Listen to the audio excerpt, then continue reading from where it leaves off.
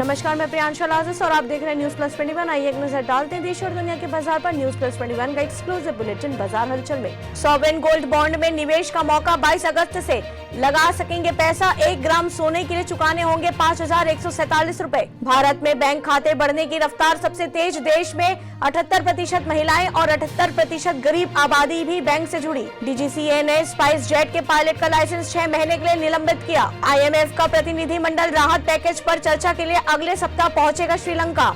कल पुर्जों वाले मोबाइल डिस्प्ले असेंबली के आयात पर 15% सीमा शुल्क लगेगा, CBIC ने बताया। RBL बैंक ने सीनियर सिटीजन के लिए 7.75% ब्याज वाले स्पेशल FD का ऐलान किया। मोतीलाल ओसवाल ने सिप्ला को दी न्यूट्रल रेटिंग।